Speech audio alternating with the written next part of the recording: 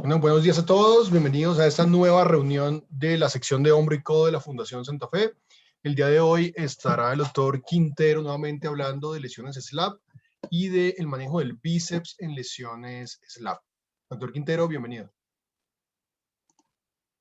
Gracias, doctor. Bueno, entonces, el día de hoy nos vamos a hablar sobre el tema de lesiones de SLAP, específicamente hablando sobre la decisión o no de hacer algún manejo para el tendón de la cabeza larga del bíceps, hablando de su importancia y cuáles serían las indicaciones de manejo. Como objetivos de la charla, pues planteé estos tres. Primero, pues que reconozcamos el papel del labrum superior en la biomecánica de la articulación binumeral y que reconozcamos también el papel del tendón de la cabeza larga del bíceps en el complejo labrum bíceps y cómo estas alteraciones pueden terminar causando pues, una lesión del tipo SLAP. Y además que definamos si es mejor pues darle manejo con una tenodesis para manejando la cabeza del bíceps o una reparación del labrum,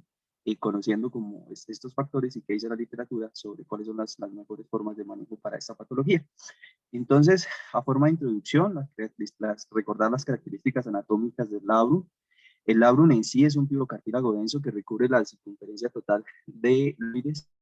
y su función pues, es aumentar la superficie de contacto de la articulación glenohumeral.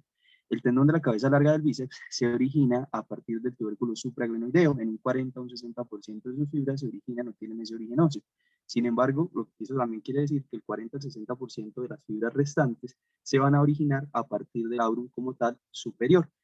por lo que el complejo entre el labrum y el bíceps es importante para entender la fisiopatología de cómo suceden estas lesiones y también para que nos planteemos un poco sobre cuál debe ser el manejo específico de esta lesión. El labrum como tal, otra de las características importantes cuando hablamos de patologías de la SLAP es reconocer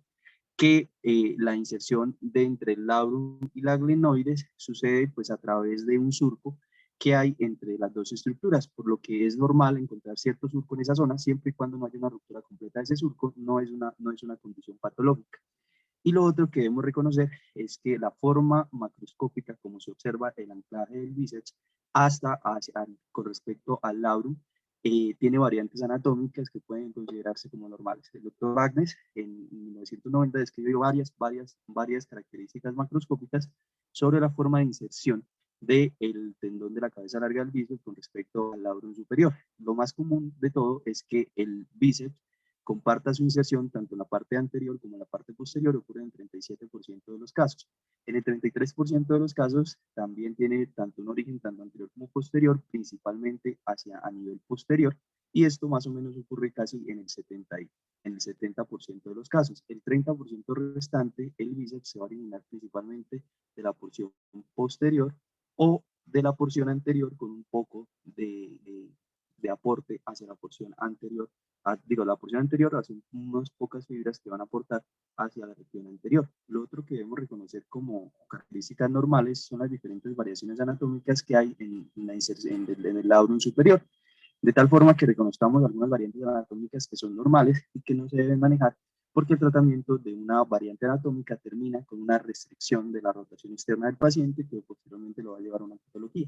Entonces, lo que ocurre normalmente, digamos, en este complejo es que tenemos el labrum superior y el tendón de la cabeza larga del bíceps se observa insertándose a nivel del labrum superior, pero la mayoría de las variaciones van a estar en relación con el ligamento glenohumeral medio. Entonces, la primera variación es un paramen sublaural que no está en la porción superior del bíceps, sino está hacia la porción anterior en relación con la inserción del ligamento glenohumeral medio. La segunda variación anatómica es el ligamento glenohumeral medio como una cuerda, en el cual el ligamento se observa engrosado y atención como si fuera, pues como dice su nombre, una cuerda, y esto se asocia además con un foramen sublaural. Este foramen sublaural es anatómico para estos pacientes y no debe manejarse como una lesión del labrum y no debería fijarse. Y el tercero de las es el complejo de Buford, que incluye un ligamento glenohumeral medio como una cuerda y la ausencia de un labrum anterior, pero que en este caso, digamos, lo tiene, pero el anclaje como tal del labrum superior se encuentra conservado y se encuentra de características normales. Estas variantes anatómicas son relativamente frecuentes en este estudio del JBJS. Hablamos de que en el 14% de los pacientes tienen alguna variante anatómica. La más común es el ligamento glenohumeral medio como una cuerda, como se observa aquí en la imagen B. Si nos fijamos un poco en esta imagen artroscópica, hacia la parte, no sé si se ve la flecha, pero hacia la parte derecha estaría la glenoides, hacia la parte izquierda la cabeza humeral, y el asterisco marca el ligamento glenohumeral medio, que se observa con engrosado como si fuera un tendón, incluso se parece un poco al tendón del subescapular. El segundo más común es el agujero sublaural, como se observa en la imagen A, en la cual cuando se observa llegando el ligamento glenohumeral medio, pues hay un agujero en ese laurum anterior que también pues, es de características normales. Y el 1.5% de los pacientes restantes pues, tienen un complejo de Ilford, que ya lo había explicado previamente. Y es importante reconocer estas variaciones y no confundirlas con una lesión tipo SLAP, porque tratarlas pues, va a tener en el paciente una rigidez, principalmente en rotación externa, que progresivamente lo va a llevar a varias lesiones. Hablar de la vascularización del laurum, tal vez es importante cuando empieza a hablar de la fisiopatología. El laurum tiene 3 aportes vasculares importantes. Los primeros van desde la parte de la glenoides hacia, digamos, a irrigar progresivamente el laurum. El primero sería para la parte anterior y superior, la arteria supraescapular, y para la parte un poco más anterior, la arteria subescapular. Pero también va a recibir aporte vascular a partir de la arteria humeral posterior, que llega desde la cápsula articular irradiándose progresivamente hacia el laurum. Sin embargo, se conoce o se ha descrito histológicamente es una zona de relativa hipovascularización que incluye todo el laurum superior. Uno diría, bueno, pues esta entonces es la causa de las lesiones tipo SLAP. Sin embargo, los estudios fisiopatológicos no hablan de que una zona hipovascular sea la causante de la lesión tipo laurum, sino que las lesiones tipo SLAP, sino que la lesión tiene que ver más es con el desarrollo de un evento traumático que genera la ruptura de ese laurum superior. Entonces, el otro concepto importante a hablar es el complejo del laurum y el bíceps. En ese caso, pues, y podemos recordar que el laurum superior actúa como un estabilizador dinámico del hombro, principalmente cuando estamos en abducción de 90 grados y rotación externa. En este movimiento, la cabeza del húmero tiende a proyectarse o tiende a trasladarse hacia superior y hacia posterior. Y el laurum superior actúa como un estabilizador primario, digamos, en esta posición. El tendón del bíceps, por otro lado, se habla de que su función como estabilizador o como ayudar, que ayuda pues, a la estabilización de la cabeza humeral en estos movimientos, es una función menor, siempre y cuando los tendones del manguito rotador, que van a ser unos estabilizadores importantes en la dinámica del hombro, se encuentren en inadecuadas condiciones. Cuando los tendones del manguito rotador, el supraespinoso y el infraespinoso se encuentran rotos, en ese caso el tendón del bíceps adquiere pues, una cierta importancia y tiene una mayor función en la estabilización del hombro, pero en un hombro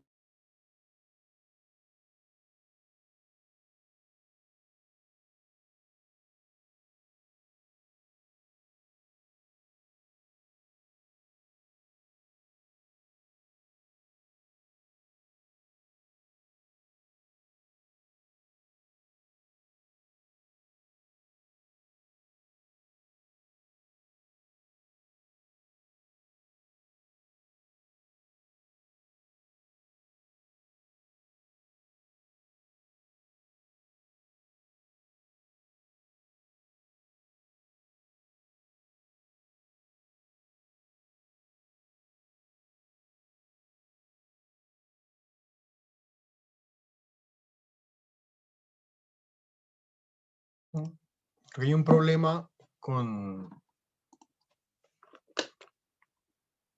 el internet del doctor Quintero.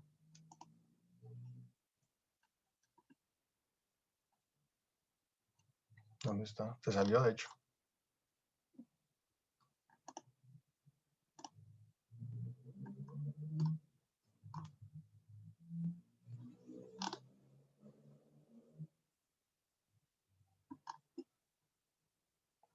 Sí, esperemos que el doctor Quintero vuelva y se conecte.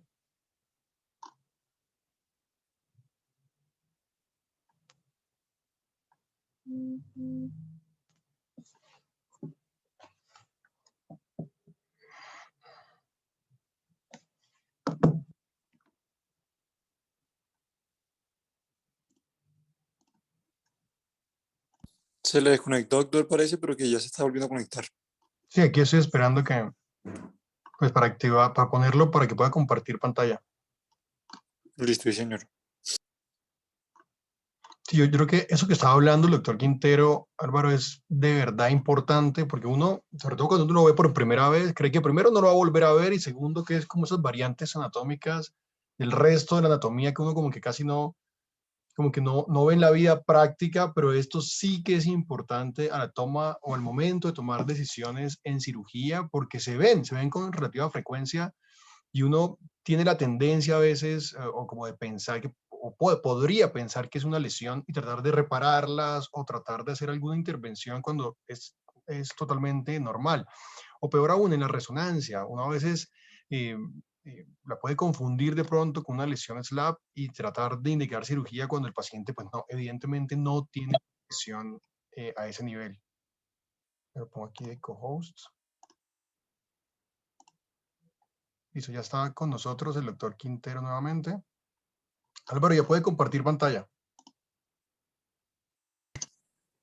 Listo, doctor. Qué pena, no sé por qué se apagó esto. Tranquilo, tranquilo. Bueno, entonces eh, yo seguí hablando un poco porque no me di cuenta que se había desconectado esto. Quedamos en esta diapositiva, ¿cierto? Ahí La sí, posición del libro del labrum está en el hablando bíceps. del lanzador, sí, hágale, desde ahí. Ah, bueno, ya estoy compartiendo. Bueno, entonces, cuando hablamos en el lanzador, pues estudios biomecánicos se han hecho en esos pacientes y lo que se ha descubierto, pues es que tiene más que ver la tensión del tendón de la cabeza larga del bíceps sobre el labrum superior, principalmente en la fase de amortillado tardío y la fase de desaceleración, y tiene más que ver con el control de la hiperextensión del codo que ocurre durante estas fases y no tanto como tal a nivel del hombro. Sin embargo, pues sí es cierto que cuando se hacen movimientos por encima de 90 grados en abducción y se hace rotación externa, pues hay una tensión a nivel del bíceps en su anclaje con el superior, independientemente de la causa que suceda, y esto puede originar características, digamos, o tres eventos que pueden generar la lesión tipo SLAP. La primera es cuando hay una caída con el brazo en hiperflexión. En ese caso, pues al causar una fuerza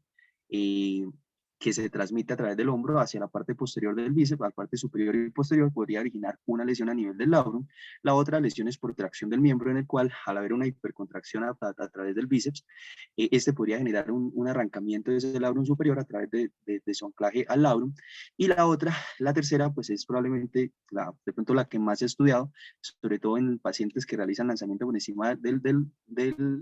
la cabeza, como sucede en pacientes que hacen deporte de béisbol o deporte de tenis, y es en el cual esos lanzamientos repetitivos por encima de la cabeza terminan generando una lesión a través del labrum, porque pues las fuerzas que suceden a nivel del anclaje son fuertes y eso termina generando pues una lesión.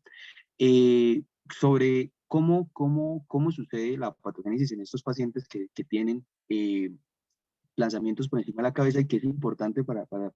hablar de por qué sí tratar o no tratar el bíceps en estos pacientes, es hablar un poco sobre por qué suceden estas lesiones y la importancia del bíceps en estos pacientes. Lo primero que hay que reconocer es que durante la fase, esta imagen que está acá, es una fase en la fase de amartillado tardío, si recordamos que es cuando hay más hiperextensión a nivel del hombro, y el paciente o el lanzador se prepara para realizar el lanzamiento. Entonces, en esta fase es importante tener una adecuada rotación externa del hombro, y esto se consigue siempre y cuando las estructuras de la parte anterior y de la parte posterior permitan que la articulación glenohumeral haga una máxima rotación externa. El principal controlador de la rotación externa es el ligamento glenohumeral inferior posterior, en el cual se necesita que tenga una adecuada elasticidad para que permita esa rotación externa. Y además se necesita que un ligamento glenohumeral anterior inferior sea lo suficientemente laxo para que permita también esa rotación externa, pero que no sea demasiado laxo para que mantenga el húmero en una adecuada, digamos, alineación y no haya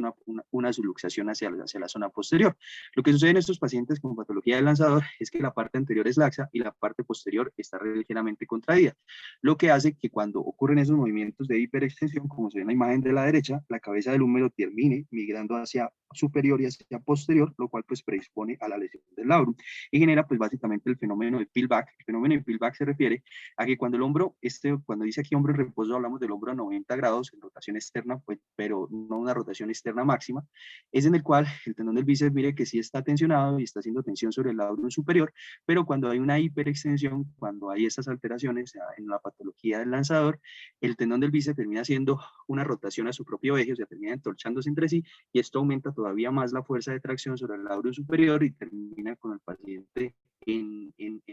una lesión tipo SLAP y probablemente en una progresión de la misma. Entonces, esta es como la explicación de por qué plausiblemente biológicamente es plausible que el manejo de la patología del bíceps es importante cuando se hace el manejo de las lesiones tipo SLAP. Porque pues todas estas variaciones que tiene la articulación glenohumeral terminaría en general o en teoría aumentando la tracción sobre el labrum superior y favoreciendo el desarrollo y la progresión de la lesión tipo SLAP. También vamos a hablar de un poco de la clasificación de las lesiones tipo SLAP, porque pues la mayoría o casi todas las cosas que voy a hablar van a ser de las lesiones SLAP tipo 2. Entonces Snyder nos describe en 1994 tipos de lesiones del SLAP. La lesión tipo 1 es cuando el labrum superior se ve con signos de lesión, pero no hay como tal un arrancamiento entre el labrum y la glenoides, y eso se observa como fibrilación a nivel del labrum superior y anterior, pero sin el arrancamiento como tal.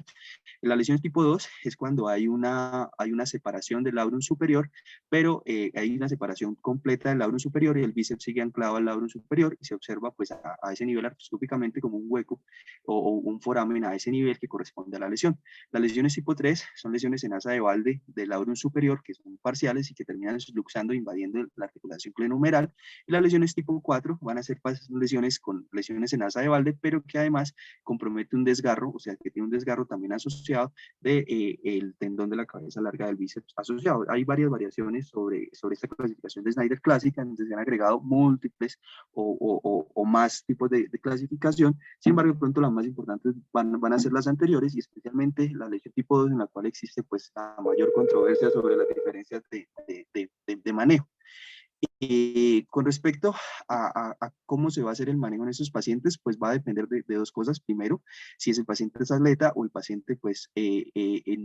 no realiza un deporte por encima de la cabeza, y en general siempre la primera parte del manejo en esos pacientes con lesiones tipo SLAP es el manejo ortopédico, en el cual se debe dar un proceso o un programa de rehabilitación y se le debe dar por lo menos unos 3 meses, sobre todo para pacientes que no son deportistas de alto rendimiento, y evaluar si mejora clínicamente el paciente o no, y si persisten los síntomas, pues se puede empezar en dar algún tipo de ofrecer otro tipo de manejo. Los pacientes deportistas también hay que dar reposo. Un reposo es en menor medida, se habla de que 2 periodos de descanso y posteriormente iniciar un periodo de reincorporación gradual, pero haciendo manejo desde el principio con un aumento en la rotación externa, trabajando esa retracción de la cápsula anterior y de la cápsula posterior para permitir digamos, un adecuado retorno al deporte. Si el paciente persiste con dolor, pues es un paciente que debemos pensar en darle algún tipo de manejo. Según la lesión en la clasificación clásica de Snyder, o sea, podemos definir cuál puede ser el manejo que debe recibir el paciente. Para lesiones tipo 1, el manejo se basa en un desviamiento artroscópico de la lesión. Las lesiones tipo 2 es en los pacientes en los cuales pues, se sienta la charla, que son los pacientes en los cuales hay que definir qué vamos a hacer, si vamos a hacer una reparación quirúrgica o una tenodesis del bíceps, que básicamente es la decisión que hay que tomar. Para las lesiones tipo 3, el manejo es el desviamiento de la lesión en asa de Walde, y las lesiones tipo 4 depende del porcentaje de la ruptura del tendón del bíceps, si es más del 30%, se hace el desviamiento de la lesión en asa de Walde y además se hace una tenodesis y tenotomía del bíceps, mientras que si es menos del 30% solamente con el desviamiento de la lesión, el tendón del bíceps que queda restante debe ser suficiente, y si no se observa macroscópicamente lesionado, se puede dejar anclado a su origen en el labrum superior. Entonces, si uno me pregunta cómo vamos a orientar el manejo para las lesiones de SLAP tipo 2, o sea, si hacemos reparación, hacemos tenodesis, probablemente cuando uno revisa la literatura, lo más importante que tienen en cuenta los autores es la edad. Y ellos nos hablan que cuando son pacientes jóvenes, menores de 40 a 45 años, y es un paciente activo en deportes por encima de la cabeza, orientan más el manejo hacia la reparación quirúrgica, mientras que los mayores de 45 años y para los pacientes que no realizan deportes de alto rendimiento, hablan más de realizar una tenodesis del bíceps y no realizar reparación quirúrgica a nivel de la lesión del labrum superior. Sin embargo, pues lo importante es que miremos a ver si esa indicación que hablan varios de los autores es real y la literatura lo reporta, o si la reparación quirúrgica es válida en todos los grupos etarios, en todos los pacientes, o si la tenodesis del bíceps al igual es igual de buena, o es mejor o es peor en todos los grupos etarios y en todos los grupos de pacientes. Entonces, con respecto ya a la reparación quirúrgica, hay varios estudios que hablan, sobre todo biomecánicos, sobre cuál debe ser la mejor configuración para realizar la reparación de estas lesiones de SLAP tipo 2. Entonces,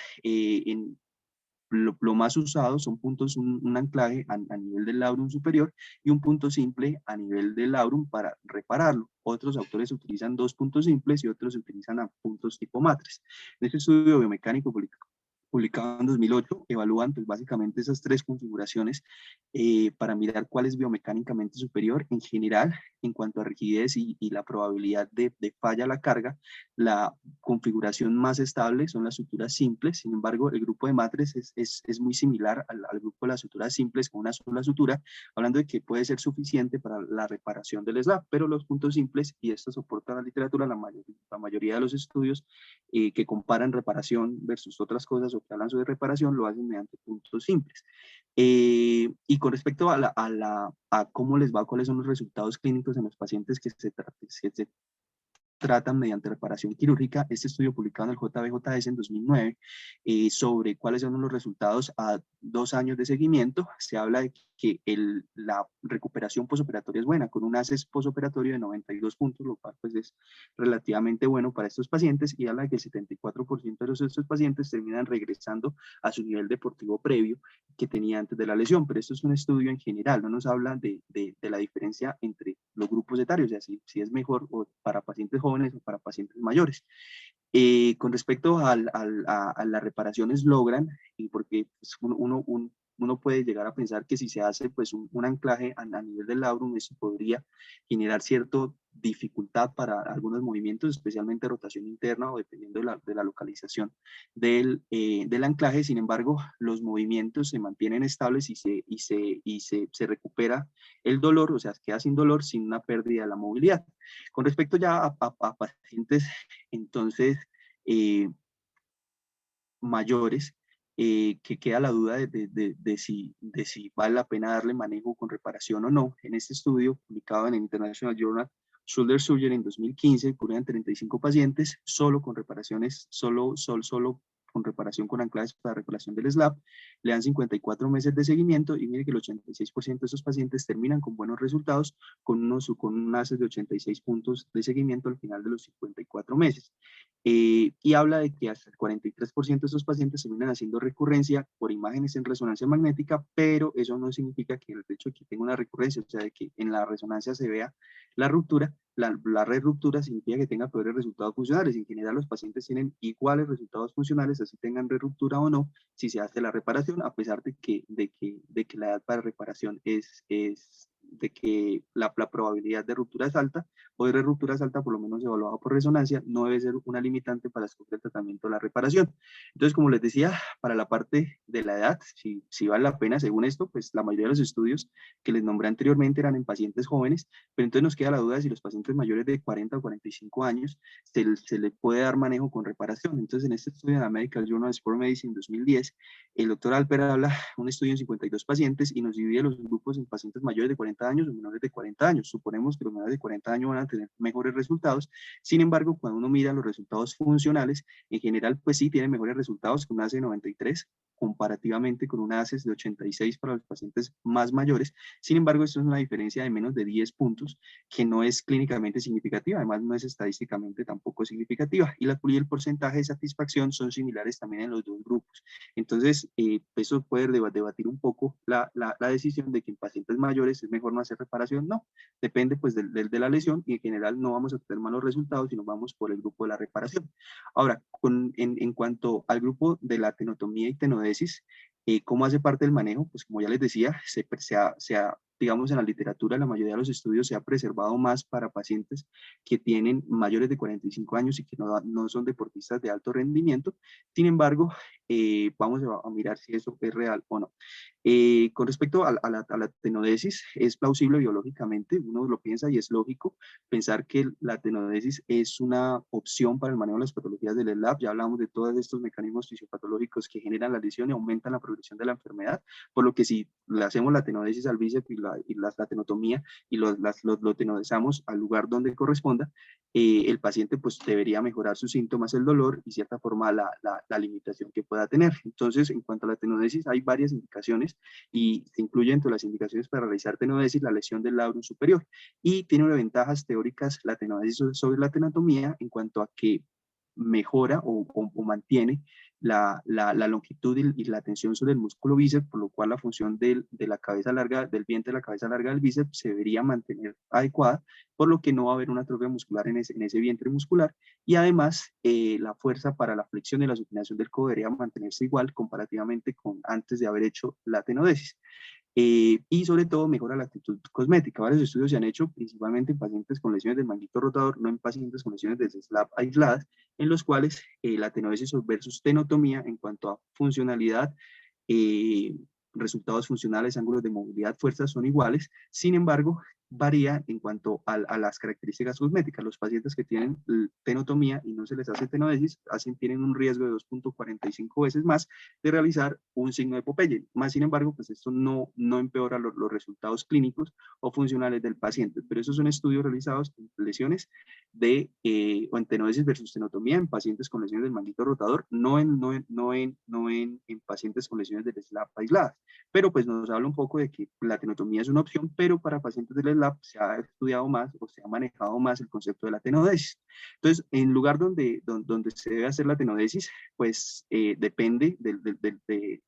hay dos lugares principalmente donde se puede hacer, a nivel superior o a nivel inferior. Entonces, la decisión para hacerlo pues depende de la lesión que encontremos a nivel del bíceps, y se han descrito 3 zonas posibles donde puedan ocurrir lesiones. La zona A corresponde a la lesión articular o la porción articular de la cabeza larga del bíceps. La zona B corresponde a la porción del bíceps que está dentro del surco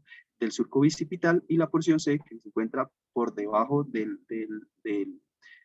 surco bicipital hasta inmediatamente superior a la inserción del pectoral menor. Entonces, en estas 3 zonas se pueden encontrar las lesiones. Resulta que cuando vemos macroscópicamente una lesión en la zona A, o sea, una lesión a nivel articular, y que decidimos hacer la tenodesis o la tenotomía, hasta el 80% de estos pacientes tienen lesiones que invaden la zona B y hasta o en la zona C. Incluso el 72% de los pacientes que vemos que tienen tenosinovitis tienen una invasión de la tenosinovitis hasta la zona C, por lo que si hacemos tenotomía y tenodesis a nivel a nivel superior, el paciente puede, pues sí, le hacemos la tenodesis, pero la patología puede quedar escondida en las zonas B y la zona C que no estamos evaluando mediante estos procedimientos. Entonces la literatura pues ha hablado y ha aparecido el concepto de la tenodesis subpectoral, en el cual se realiza la tenodesis a nivel donde está el asterisco, o sea, se hace el manejo de todas las posibles zonas de lesión del bíceps, y se termina haciendo una tenodesis inferior a todas estas zonas, por lo cual estamos evitando que se nos vaya a pasar lesiones escondidas que no manejamos haciendo una tenodesis mayor. Por eso la literatura habla que incluso hasta el 24% de los pacientes que están en tenodesis superior, los pacientes terminan con dolor residual. En algunos artículos de la literatura reportan valores tan altos como esos del 24% para dolor residual. En artroscopia en 2020 se ha pues apoyado, ha ido como aumentando la aceptación de las tenodesis subpectorales, y en esta pues, edición especial del 2020 nos hablan de 2 indicaciones para realizar las tenodesis subpectorales, en las cuales incluyen lesiones o patología que conozcamos a nivel de la zona 2 o la zona 3, o pacientes que ya hayan fallado previamente en una tenodesis suprapectoral, o sea, la tenodesis por encima del surco bicipital. Y la otra, una indicación secundaria, es para los pacientes que tienen lesiones tipo SLAP, porque pues para estos pacientes es muy probable que tengamos lesiones ocultas a nivel de la zona 2 o la zona 3 del tendón y que el paciente de pronto no recupere en mejor medida. ¿Cómo hacer la reparación? Diferentes formas, las formas que utilizan tornillos de biotenodesis o que utilizan botones intracorticales son biomecánicamente similares y pues, se tienden a utilizar pues, en común estas dos opciones de manejo para realizar las estenosis subpectorales. Entonces, y hay estudios clínicos, por ejemplo, este estudio en el Orthopedic Journal Sport Medicine en 2020, que evalúa ya como los resultados clínicos de la funcionalidad cuando se hacen tenodesis subpectorales abiertas versus unas tenodesis suprapectorales de manera artroscópica. Y lo que muestra este estudio es que no es inferior. No, esa es una revisión sistemática de metaanálisis, incluye 18 artículos y se muestra que la tenodesis subpectoral no es inferior para el manejo del dolor y el manejo de estos pacientes con lesiones tipo SLAP. Pero uno pues, puede pensar que entonces si se hace una tenodesis subpectoral es una cirugía un poco más grande, tal vez tiene más complicaciones y también es falso. Realmente esos pacientes no tienen una mayor probabilidad de complicación comparativamente con las tenodesis completamente artroscópicas y la probabilidad del dolor residual, por lo menos en un metaanálisis, en este metaanálisis queda con un 4.7% para los pacientes con tenodesis subpectoral y solamente el 5.7% para tenodesis artroscópica, lo cual pues es una diferencia de un 1%, no es estadísticamente significativa, pero sí tienden a quedar con mayor dolor los pacientes que se hace tenodesis artroscópica comparativamente con la tenodesis subpectoral. Y los resultados funcionales, como les decía, en cuanto a la escala de ACES, son similares, al igual que la probabilidad de control del dolor, también son similares, por lo menos en este estudio, en este metaanálisis. Entonces, las tenodesis con las tenodesis realizadas de manera subpectoral son las más estudiadas en la literatura para el manejo de las lesiones tipo SLAP. Esa es una revisión sistemática sobre los diferentes artículos y los resultados funcionales que tienen estos pacientes solamente realizando tenodesis subpectoral sin realizar reparación quirúrgica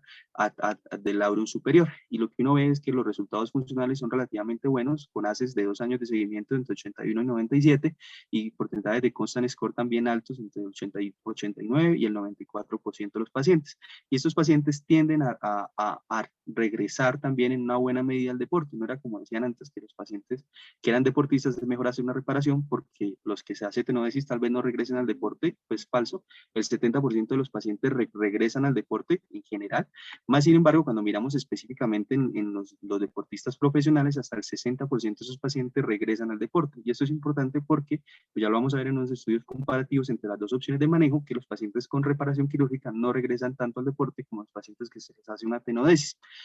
Entonces, pues básicamente quedamos con la cosa de que, bueno, tenodesis es una buena opción. La mayoría de estos estudios, como les decía, son en pacientes mayores y no discriminan en la edad. Y según las recomendaciones, pues sí, para pacientes mayores de 45 años es una buena opción. Pero ¿qué pasa con el paciente joven? Entonces, en ese grupo de pacientes también se han realizado algunos estudios. Este estudio en artroscopy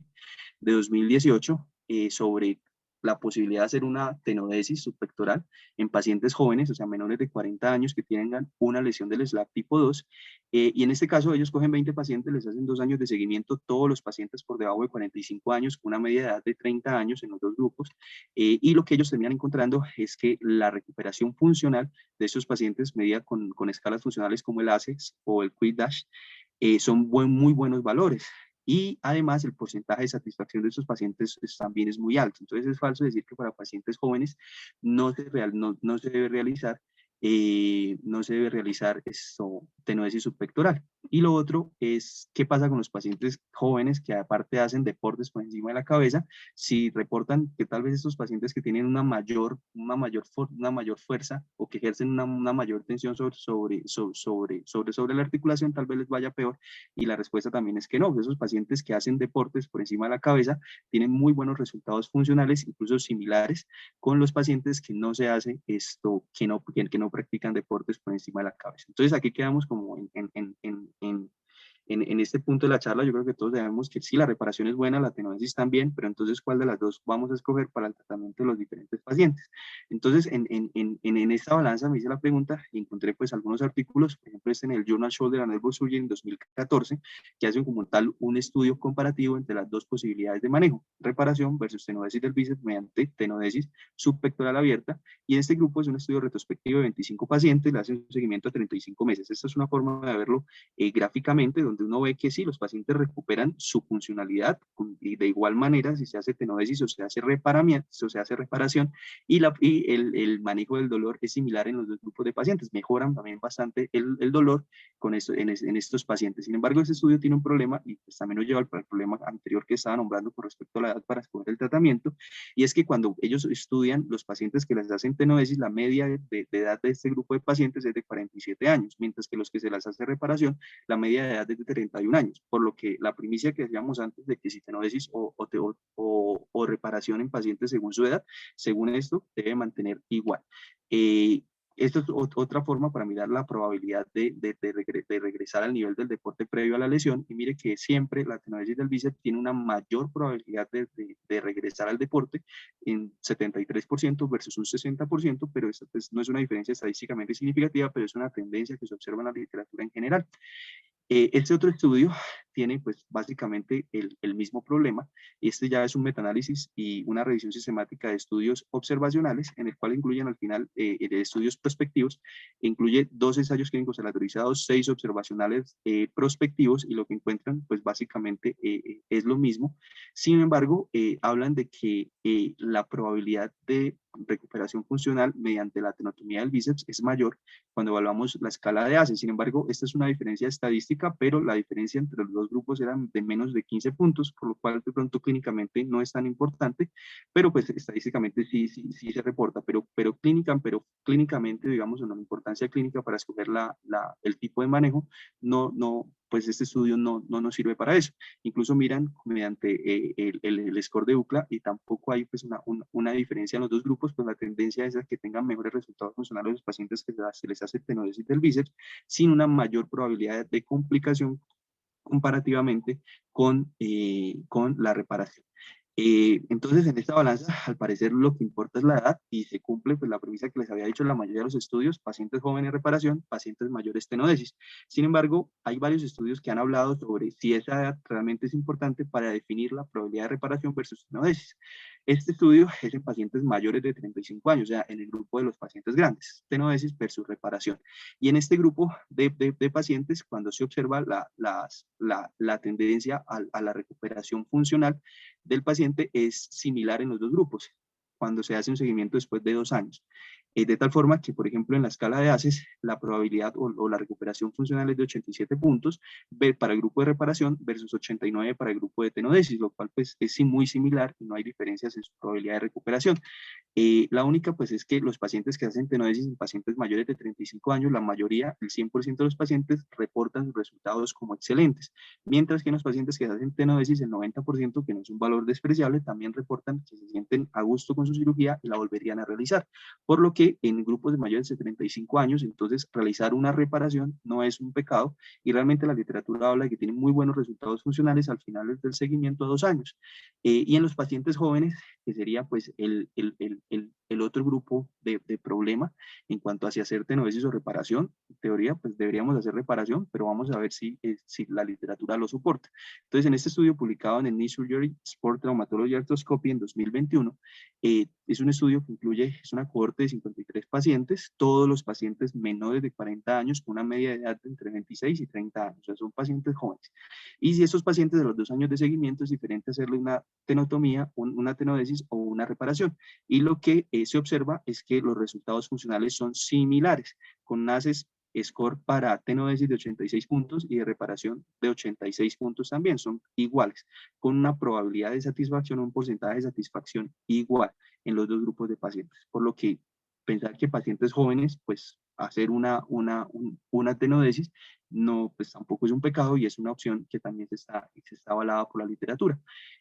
Con respecto a la probabilidad de retorno al deporte, que son como el principal problema de decidir si tenodesis o reparación, entonces cuando se miran deportistas en general los resultados o la recuperación al deporte son iguales. Más sin embargo, cuando se mira para deportistas por encima de la cabeza, la tenodesis tiene un 70% de los pacientes regresan al deporte, lo cual está en concordancia con todos los artículos que le habíamos mostrado previamente, y el porcentaje, y los que se les hace reparación, solamente el 45%. Entonces, uno habla que pues probablemente tal vez esto incline la balanza a que si son deportistas por encima de la cabeza, pues mejor se hace una tenodesis, así sean pacientes jóvenes. Y en cuanto a los pacientes que son deportistas de alto rendimiento, o sea, que realizan deportes de manera competitiva, estos pacientes, sus resultados funcionales son similares, probablemente porque esos pacientes competitivos tienen una mayor motivación para regresar al deporte, aparte tienen una terapia física un poco más estrecha y una rehabilitación mejor, y aparte tienen una reserva muscular mejor, por lo que tal vez en este grupo de pacientes son similares. Entonces, en este caso, entonces ya creo que pues, hemos hablado bastante sobre el problema ante escoger tenodesis o reparación, independientemente de todos los factores. Entonces uno queda con la duda de si, bueno, la tenodesis es buena, la reconstrucción es buena, y qué pasa si hacemos las dos. Este estudio en pacientes jóvenes también se planteó esa posibilidad cuando ellos escogen el grupo de tenodesis. No a todos los pacientes, a los 20 pacientes que le hicieron tenodesis, les hicieron igual, a 16 pacientes solamente le hicieron tenodesis, y la lesión del labrum superior la dejaron igual, mientras que a 4 pacientes, que es un grupo muy pequeño para tomar decisiones, pues les hacen la tenodesis y además le hacen la reparación del labrum superior. Y en este grupo de pacientes, pues según si se hace la comparación, estos dos grupos de pacientes tienen mejores resultados funcionales, los pacientes que se les hace tenodesis más reparación del labrum, con diferencias de haces de 6 puntos, que es una tendencia hacia un mejor resultado, más sin embargo, pues no es una diferencia clínicamente significativa, y aparte, pues tampoco es estadísticamente significativa, pero es una tendencia que se observa por lo menos en este estudio, y esa pues entonces fue la siguiente pregunta que me hice. Entonces sabemos que la reparación es buena, la tenodesis es buena, entonces ¿por qué no hacemos las? Y sobre eso, pues yo solo encontré un estudio, que fue en el NI, también en el NI Surgical Sport Traumatology Arthroscopy en 2016, que combina o evalúa los resultados funcionales de realizar las dos opciones de tratamiento para estos pacientes. Ese estudio incluyó 86 pacientes, es una cohorte prospectiva, y definía el diferente manejo que se le daba al paciente según lo que encontraba en la artroscopia del cirujano. Y esto es importante porque hay que individualizar, no es que a todos hay que hacerle tenodesis, y a todos los que se le da tenodesis la lesión del labrum se debe dejar igual, no, porque depende, o sea, si la lesión del labrum es una lesión grande, el labrum que es inestable, pues es mejor hacer la reparación, y eso es lo que hace este autor, de tal forma que cuando él encuentra que el problema es una lesión del SLAP pequeña, solamente hace la tenodesis y hace una tenodesis subpectoral, mientras que cuando lo que observaba era un labrum que se observaba de características pues normales en cuanto a su probabilidad de que no era un labrum con unas lesiones crónicas, le hacía la reparación, y si lo que encontraba pues era un labrum grande con una lesión del SLAP grande, que después de hacerle la tenotomía y la tenodesis, observaba que el labrum era inestable, que se sentía subluxando, que se movía de su lugar, pues a ese paciente le hacía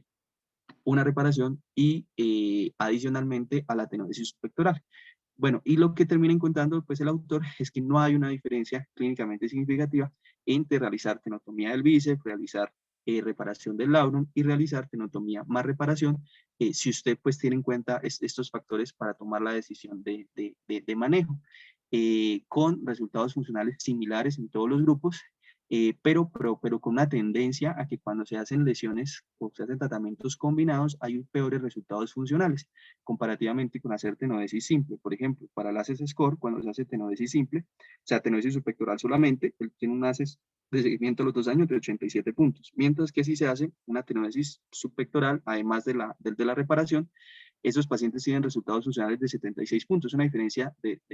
10 puntos. Sin embargo, pues este artículo es un poco sesgado porque, si recordamos lo que le acabo de decir, este autor utiliza la terapia combinada para lesiones de mayor severidad, lo que podría de pronto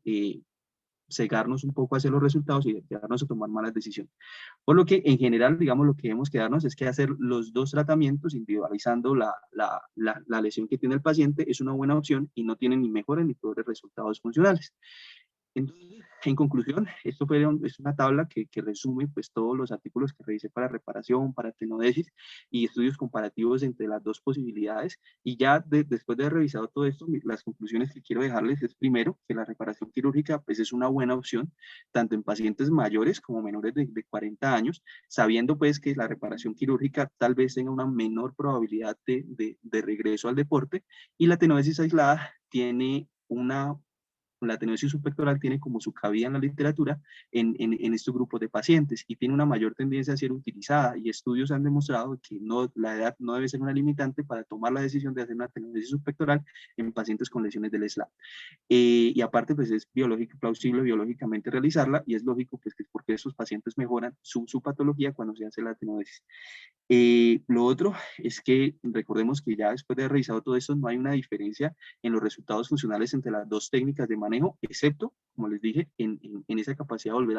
al deporte, que la literatura nos avala, nos lleva un poco más a pensar que la tenodesis puede ser una mejor opción, incluyendo pacientes más jóvenes. Y si vamos a hacer una tenodesis, probablemente sea mejor hacer una tenodesis subpectoral en lesiones del SLAP. ¿Por qué? Porque la literatura tiene más artículos avalándolo, y aparte, no es que aumente los riesgos, y aparte tienen buenos resultados funcionales en este grupo de pacientes. Muchas gracias.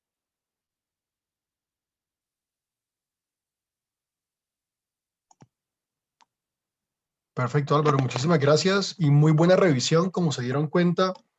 pues es un tema bastante debatido porque hay muchos estudios, unos que dicen que no hay diferencias, otros que dicen que sí hay alguna diferencia.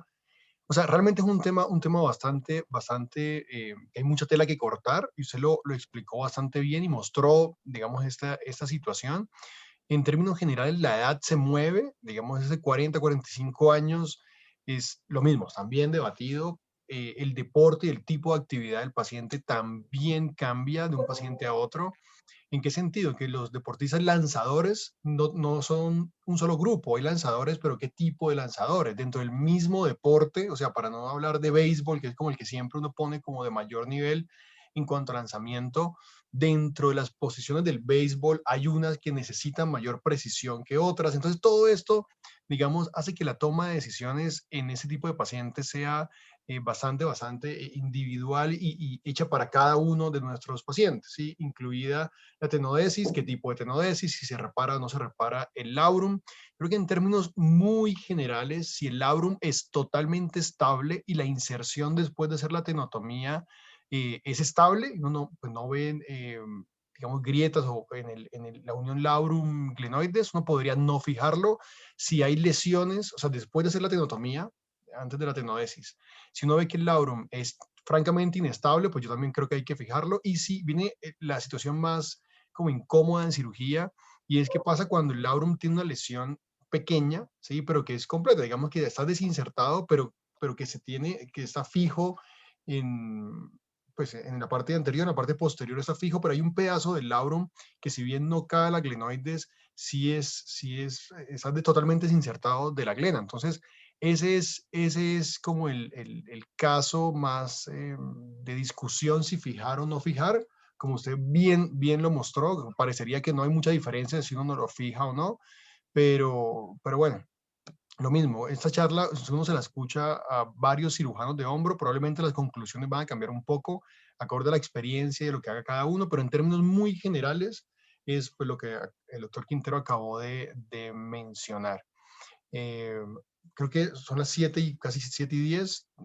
No hay preguntas en el chat, así que vamos a terminar acá la reunión y nos vemos la próxima semana. Que estén bien. Hasta luego. Chao, doctor. Chao.